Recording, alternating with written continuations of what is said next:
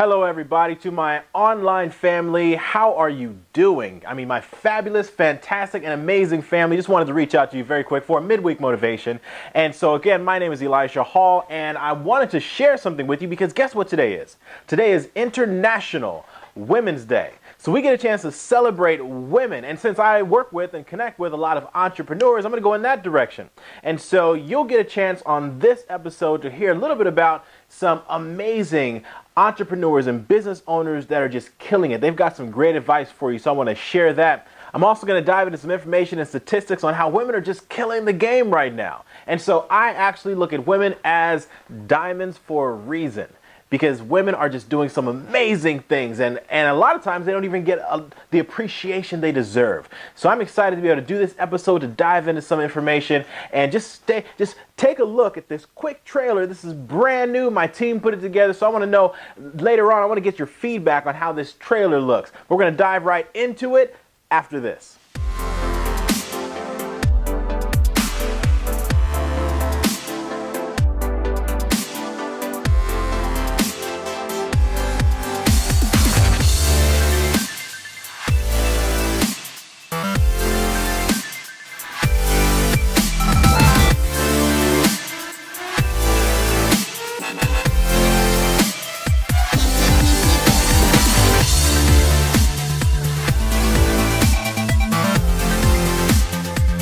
Hello everyone, welcome back to our midweek motivation. How did you like that? Did you like it? I said it was a trailer, maybe it's a teaser, maybe it's just a quick video. I have no idea what it's called. But how did you like it? It was something that my team just put together, and so it's a great addition to the team. I love it. I really like it. So I want to get your feedback though, because it's mostly about what you like.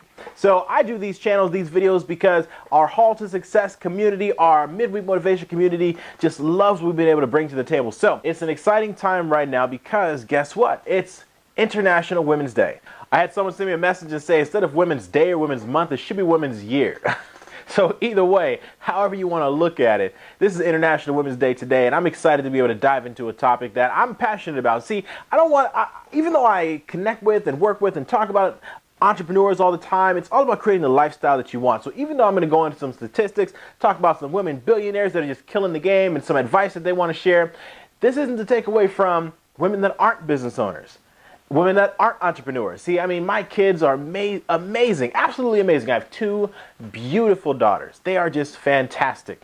I have an amazing mom. She is, my dad's cool too, but you know, my mom is, we're talking about women today. So my mom is amazing, and she's my biggest cheerleader. She always has been growing up. So, and now that I'm an adult, she's still my biggest cheerleader. And of course, my grandmother and my aunts, and I can even say my ex-wife. I've learned a lot of what not to do from that relationship. So I've just learned a lot. There are some amazing women out there. And I mentioned before that I look at women as diamonds. Women are diamonds. See, it's not just about success or killing the game or being able to multitask like no other. It's about being beautiful and tough. Men can't pull that off. There's a lot of things that women go through that men don't even want to go through. So I'll just leave it at that.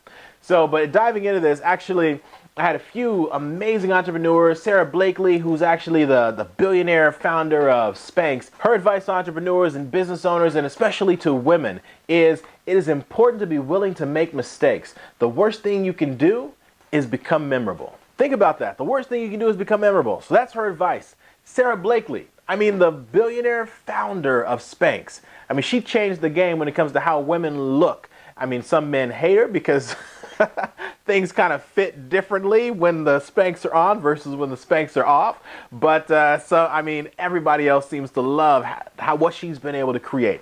Obviously, they do because everybody buys her product. So from there, we had another amazing entrepreneur who wanted to share something. She's actually the founder of Care.com. Shalia Marcello, she says, I think in terms of evolution, not revolution. Failure is not part of my vocabulary. So she looks at it as in she is just evolving past failure. Like she doesn't even see failure as something that happens. It's something that you learn from. It's just something that it's just part of the success process. So it's like if there is this equation and success is the answer, failure's in there, but it's not the end. It's not the result. The result is success. And so that's a beautiful thing right there. So she's killing the game. Care.com is, they're on point. Now, Wendy Kopp, the founder of Teach for America, one of the things that she said, her advice is change is not always a process of improvement. Sometimes it's a process of invention. When Thomas Edison invented the light bulb, he didn't start by trying to improve the candle. He decided that he wanted better light and went from there. Being able to think about change is a process of invention. That's powerful. Now listen up to this next one. Clara Barton, founder of American Red Cross. She said, this is her advice, I may sometimes be willing to teach for nothing, but if paid at all, I shall never do a man's work for less than a man's pay. That's powerful. That's a powerful conversation. See, when you think about the United States of America, and you think about how women still, to this day, in 2017, don't get paid equal pay to men that work the exact same job, the exact same hours, the exact same title. That's crazy when you think about that. There's so many other countries right now that we consider less than when it comes to our economic development or moral or ethical development, but if you have a woman or a man with the same title doing the exact same work, they get the exact same pay. She's actually one that's willing to say it out loud, that that's her advice and that's her philosophy, and she's not willing to take less than what she knows she's worth. That's what I'm talking about. That's that diamond mentality, right? So I was talking about how women are diamonds. Women are beautiful and powerful and strong. So here's the thing. A lot of times we look at women in a sense of you have to be a quote unquote lady. But unfortunately what happens is sometimes we've connected that word lady with dainty or submissive. You know, sometimes it's almost like that trophy type of woman where it's like be seen and not heard. Just be there and listen and be dainty and don't be too powerful. Don't be too aggressive. Don't be too passionate. But when you really think about it, you can be powerful and bold and strong and still beautiful. I mean, the beautiful thing about a diamond is every diamond that comes out of the ground is different. There's no two diamonds that are alike. Every diamond is different. Sure, we cut them and mold them in our society to fit our standards, to fit a certain, let's say, setting in a ring or setting in a necklace. We do that as a society. Society? We do that within the social construct. But when a diamond comes out of the ground, a diamond looks completely different. All of them, they all look different. And now here's the crazy thing. When you think about a diamond, when you think about how it went into the ground, how it is in the ground, started off as coal. But see, in order to become a diamond, it already had the substance and the makeup of everything that it needed to become a diamond. The beautiful thing about a diamond is it already had everything that it needed, just the right conditions of pressure within that area that it's in helped it to mold under stress to become that diamond. So here's the question. As you are developing within your process, your development process, from that raw material into the diamond that you are, no matter where you are in your development process, you are still beautiful. You are amazing. See, because now that you know that you're in a certain level of your development, whether it's in life or it's in business, there's always someone else that's not quite at your level of development. So how powerful would it be for you to be able to reach back and pull someone else up, to help someone else out that isn't quite to your level of development? Let's say you're in college and you just went into college and you want to reach back and mentor and help and give advice to someone that's in high school. Or you're graduating college, you want to, help someone that's just going into college. Or you're starting your business and you want to help someone who just has the idea of starting a business. Or maybe you want to you're already doing well in your business. You're in the black and not in the red anymore. So you want to reach back and help an entrepreneur, someone that just started their business, and they're looking to get ideas and how to create more revenue, how to make that first dollar.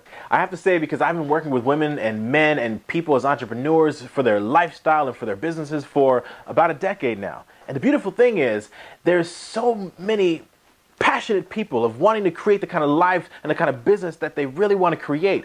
But the number one thing for business owners that they lack, it's not money. That's actually number 3. The number one thing that I hear from women, I actually thought about it when I saw it in this article. The number one thing is proper mentorship. Not just proper mentorship, but also we're talking about advisors. That's what holds them back. It talked about for females coming out of college, for women entrepreneurs, women business owners, the number one thing is not having proper mentorship and advisors. So I'm telling you, no matter what stage or level of your development that you're on, you can always reach back and help somebody else. Because there's so much more that if you get anything out of the videos that I do, there's so much more that we are capable of doing together versus separately. I was reading another article in Forbes last year in 2016 that said that this is actually the golden age of women entrepreneurs. It said the golden age of women entrepreneurs has begun. I mean, that's crazy when you think about it because there's so much that's happening. It's like an explosion of women business owners over the last handful of years. So think about some of these statistics. There are over 11 million women business owners in the United States. 11 million. And through that, they provide 9 million jobs, and that actually generates over $1.6 trillion. Think about how powerful that is. Women are becoming entrepreneurs and business owners 5 times the rate of men. So I'm telling you right now, even with that statistic of 11 million female business owners, men, we are about to get passed up. I'm telling you, fellas, we just need to get on our game. You don't have to be competitive. You don't have to be, because I'm excited. I'm excited no matter who wins. I'm excited no matter who becomes a business owner or who becomes an entrepreneur, because I work with them. I just can't work with all of them. That's why I'm excited about women entrepreneurs and women coaches and men coaches and everybody giving back and helping each other, because there's so much that's out there. It's so exciting because everyone that helps other people and we give back and we connect and we multiply our businesses and we create massive amounts of growth and massive amounts of wealth when we support and lift up and help each other. Will it be easy? No. Will it be stressful? Yes. But that's how these are created. I mean, well, this is like cubic zirconium or something like that. But this is what I use for examples when I actually do some public speaking, and I use the diamond example. That's how these are made. Do that pressure and that stress, but you have to create it. Create it on purpose.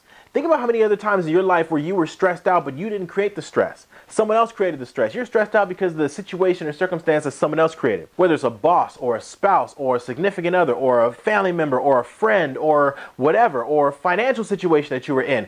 Life is stressful anyway. What if you create the kind of stress that's necessary to create the kind of life that you want, the kind of business that you want, the kind of romance that you want, the kind of relationships that you want, the kind of everything that you want, the kind of lifestyle that you want, but you created that stress on your terms versus someone else creating that stress in your life for you. And that's what this is about. That's why I do what I do, and that's why we are as a family here with Hall to Success. So I want to thank you for checking out this video. This has been a fantastic time. If you're new to the channel, go ahead and hit the subscribe button. If you like anything that I talked about, then go ahead and hit the like button. So I appreciate you guys. I would love to hear some feedback. If you thought this was a great conversation, if you think we should have, Women's Year as opposed to Women's Month, Women's Day, feel free to throw in a comment. And if you have any questions, anything specific that you want to know more about, or a topic you want me to dive into, then feel free to ask. I would love to be able to dive into it. So I appreciate you as always. Thank you for connecting with us. And as you know, we are stronger together than we are separately. So let's walk down that hall to success together.